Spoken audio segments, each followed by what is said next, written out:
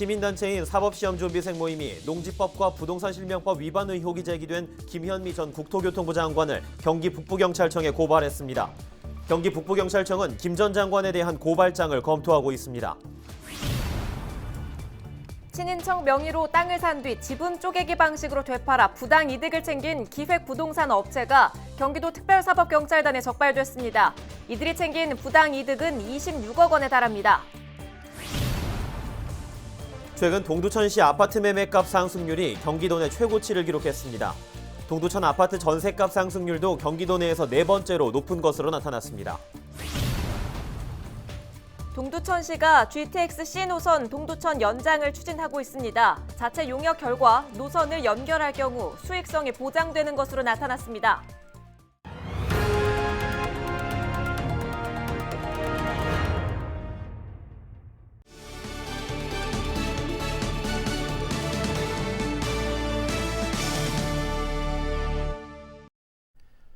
시청자 여러분 안녕하십니까? 헬로티비 나라뉴스입니다. 첫 소식입니다. 시민단체인 사법시험준비생 모임이 농지법과 부동산 실명법 위반 의혹이 제기된 김현미 전 국토교통부 장관을 경기 북부경찰청에 고발했습니다. 경기 북부경찰청은 김 전 장관에 대한 고발장을 검토하고 있다고 밝혔습니다. 김 전 장관은 지난 2012년 연천군 장남면에 약 750평 규모의 농지를 매입해 단독주택을 만들었지만 실제 농사를 하지 않는 등 농지법을 위반했다는 의혹을 받고 있습니다. 또 해당 단독주택을 가족들에게 명의 신탁했다는 의혹도 제기됩니다. 김 전 장관은 실제 농사를 짓고 있으며 정상적으로 계약했다고 해명한 것으로 알려졌습니다. 친인척 명의로 땅을 산 뒤 지분 쪼개기 방식으로 되팔아 부당 이득을 챙긴 기획부동산 업체가 경기도 특별사법경찰단에 적발됐습니다. 이들은 부동산 컨설팅 등을 목적으로 하는 법인을 설립한 뒤 친인척 5명의 명의로 시흥시와 평택시 소재 땅 11,000여 제곱미터를 약 18억 원에 매입했습니다. 이후 매입한 땅 주변에 카지노 등 개발 호재가 많아 시세 차익이 예상된다면서 135명에게 지분을 쪼개 시세보다 높은 44억 원의 땅을 팔아 총 26억 원의 부당 이득을 취한 혐의를 받고 있습니다. 경기특사경은 불법 투기에 가담한 2명을 형사 입건했습니다. 특사경은 또 청약 자격이 없음에도 과천 지식정보타운 아파트를 분양받아 총 1,400억여 원의 부당 이득을 챙긴 176명을 적발했습니다. 특사경은 부동산 불로소득 근절을 위해 청약 경쟁률이 높았던 아파트를 대상으로 부정 청약 수사를 확대하고 기획부동산의 지분 쪼개기 방식도 집중 수사해 나갈 계획입니다. 한 주간의 경기도 소식을 전해드리는 주간 경기도 시간입니다.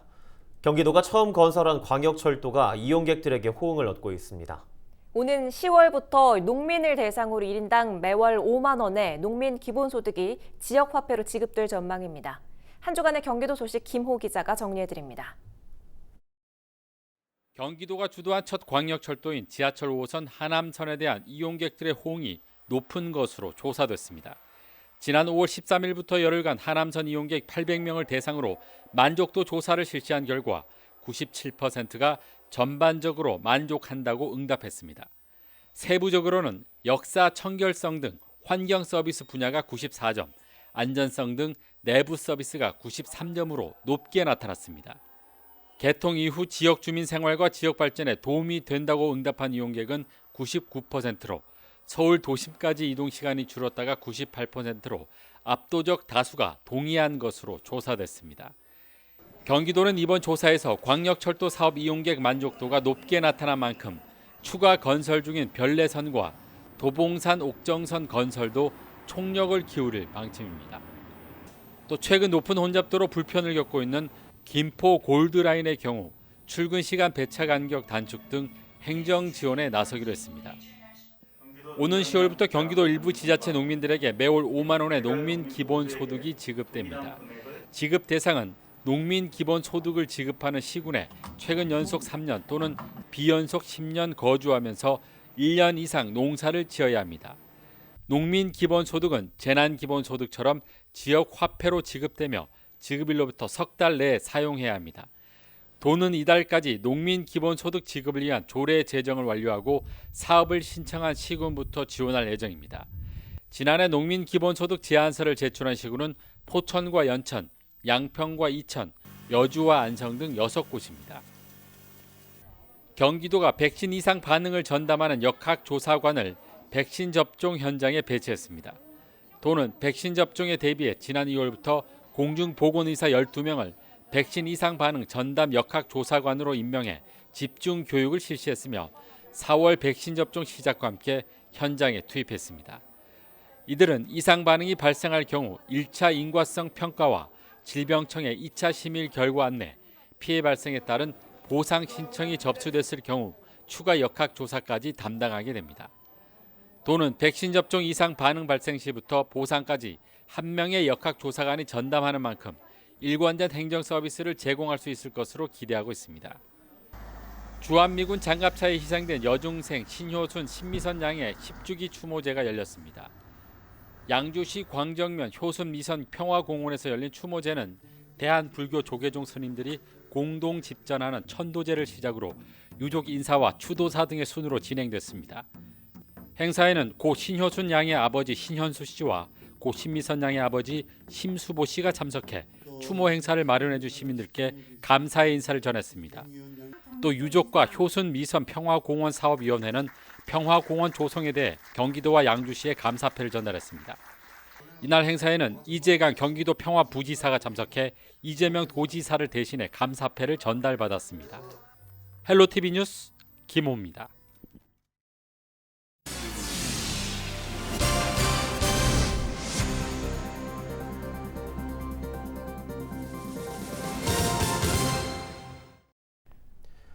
최근 동두천시 아파트 매매값 상승률이 경기도 내 최고치를 기록했습니다. KB국민은행 리브부동산이 발표한 6월 1주차 KB주택시장 동향을 보면 경기도 아파트값이 전주 대비 0.59% 상승했습니다. 시군별로는 동두천시가 1.11%로 가장 높은 상승률을 보였고 이어서 시흥시와 용인시 처인구, 안산시 단원구 등의 순으로 나타났습니다. 동두천시는 전셋값 상승률도 높아 경기도 내에서 전셋값 상승률이 높은 5개 지역 중 4위를 기록했습니다. 동두천을 비롯해 인접 주민들이 한마음으로 바라는 것이 있다면 역시 수도권 광역급행철도 신호선 동두천역 연장일 겁니다. 최근 발표된 연구 용역 결과를 통해서 이른바 가성비를 확인받아 이목이 모이고 있는데요. 최용덕 동두천 시장과 이야기 나눠보겠습니다. 시장님, 안녕하십니까? 네, 안녕하세요. 반갑습니다. GTX 신호선 동두천 연장을 위해서 계속 노력하고 계신데 먼저 그 사업 추진의 당위성부터 한번 짚어볼까요? 네, 동두천시는 하면 미군 부대 생각나지 않습니까? 네, 동두천시는 미군 부대, 즉 공여지가 42%가 차지하고 있습니다. 그렇기 때문에 도시 발전이 안 되고 있는데 GTX 신호선은 현재 덕정서 수원까지 되어 있습니다. 그런데 덕정서 우정부까지는 지상으로 가게 되어 있어요.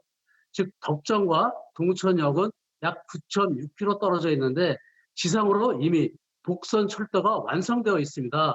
그렇기 때문에 지하로 가는 것도 아니고 이미 기존 철도를 이용하는 GTX 신호선이 동두천역까지 오는데 큰 무리가 없는데 왜 70년 동안 안보로 희생한 도시가 광역철도만 도시 고속철도를 노는데 왜 덕정에서 끝나냐?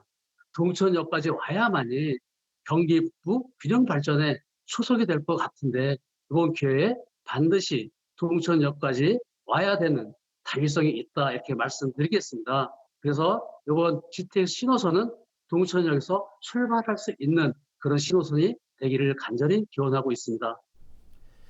예, 그렇군요. 지금 국토교통부나 민간 우선 협상 대상자에게서 설득을 하기 위한 관건은 역시 GTX 신호선을 동두천으로 연장할 만한 가치가 있는지 그 당위성일 것 같은데요. 이 타당성 확보 여부에서 조사 용역 결과가 나왔다고요?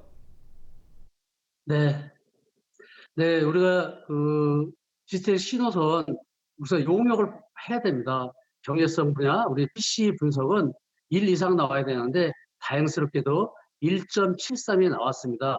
아무리 우선 협상 대상자가 민간 사업자가 하더라도 경제성이 답보되지 않으면 사업이 어렵죠. 근데 1.73이 나왔다는 것은 경제성으로 수익이 난다 이렇게 생각합니다. 아마 우선 협상 대상자 업체가 선정이 되면은 1.73이라는 높은 PC가 나왔기 때문에 큰 무리 없이 하지 않을까 생각합니다. 동두천시가 경제성으로도 타당성이 있기 때문에 아마 민간 사업자는 부담 없이 이 사업을 추진하지 않을까 생각하죠. 당위성도 그렇고 1.73이라는 BC값, 그러니까 경제적 타당성도 충분한 만큼 좀 좋은 결과를 기대해 보면 좋을 것 같은데 이 동두천 연장을 위해서 앞으로 어떻게 노력할 계획이신지 시의 각오 덧붙여서 이 시장님 다짐도 한 말씀 남겨주시지요. 네, 우리가 GTX 신호선은 사실 중요한 것은 경기 북부 균형 발전에 큰 초석이 될 거라고 생각합니다. 그렇기 때문에 물론 민간 사업자가 결정하는 게 더 있습니다. 그러나 중앙 정부에서도 이런 사실을 알 필요가 있어요. 저희는 중앙 정부에서도 경기 북부의 염원인 교통 인프라 확충을 위해서 노력을 할 거고요. 이를 위해서는 우리 10만 명 모든 시민이 염원이 될 수 있는 결의대회를 할 것이고 또한 서명운동도 하는데 이 서명은 우리 시뿐만 아니라 경기 북부에는 연천군과 함께할 계획을 갖고 있습니다. 결국은 우리가 GTX 신호선은 경원선이라고 말할 수 있죠. 이 경원선은 원산까지 가게 되어 있습니다. 그렇기 때문에 남북관계라든가 기타 경기 북부 발전을 위해서는 반드시 필요하죠. 우리가 이 당위성을 가지고 국회의원들과 함께 토론회도 하고 중앙부처에도 우리 시민의 염원을 담은 모든 것을 알려드리고 싶습니다. 그래서 경기도에도 경기 북부가 소외되지 않았다는 것을 좀 알려주고 싶고 국가 균형 발전 무엇이 있겠습니까? 교통 인프라만 확충된다면 교통으로 인해서 서울 수도권, 서울 지역 우리가 아파트 지금 포화 상태 집이 모자라잖아요. 이럴 때 30분 이내로 서울을 진입할 수 있는 도시를 만들어준다면 서울의 집 걱정 안 해도 된다 이런 말씀을 드리고 싶어요. 이러한 모든 사실을 우리가 중앙부처에 알려가지고 민간 사업자하고 물론 협상을 해야 되겠지만 또한 국토부라든가 중앙정부에서부터 같이 해야 되는 그것을 끌어내기 위해서 결의대회, 서명운동 이런 것을 해서 함께 동참하도록 노력할 것입니다. 예, 이렇게 시와 시민이 한마음 한뜻으로 모인다면 좋은 결과 끌어낼 수 있을 것이라 믿겠습니다. 오늘 말씀 고맙습니다. 네, 감사합니다. 지금까지 최영덕 동두천 시장이었습니다.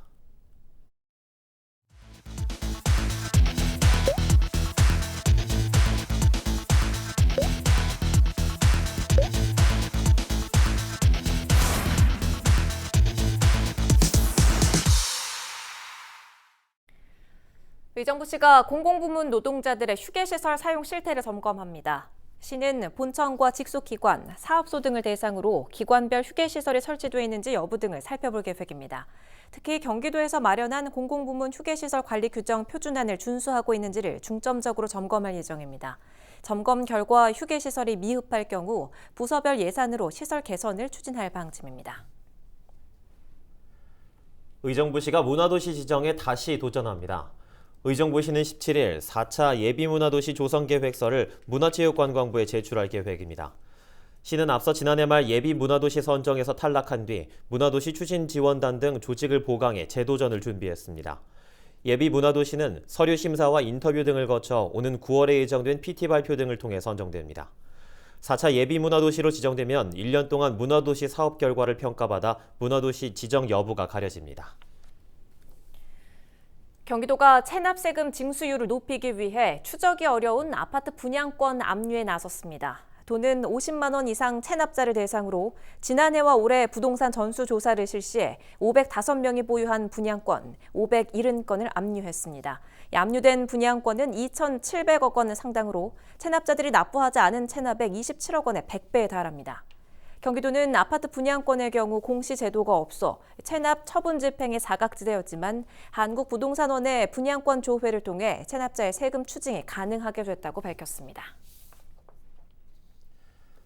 택배 노동자가 또 쓰러졌습니다. 40대 택배기사가 뇌출혈로 쓰러져 의식불명 상태에 빠졌는데요. 이 노동자는 주 80시간을 넘는 경무에 하루 2시간만 자고 출근하는 날이 많았다고 합니다. 택배 회사들이 약속했던 분류 작업 인력 추가 투입, 심야 배송 금지, 과연 제대로 지켜지고 있을까요? 과로로 쓰러지고 숨지는 걸 얼마나 더 지켜봐야 할까요? 신속하고 철저한 약속 이행만이 더 이상의 희생을 막는 길이라고 생각합니다. 이상으로 헬로티비 뉴스를 모두 마칩니다. 시청해주신 여러분 고맙습니다.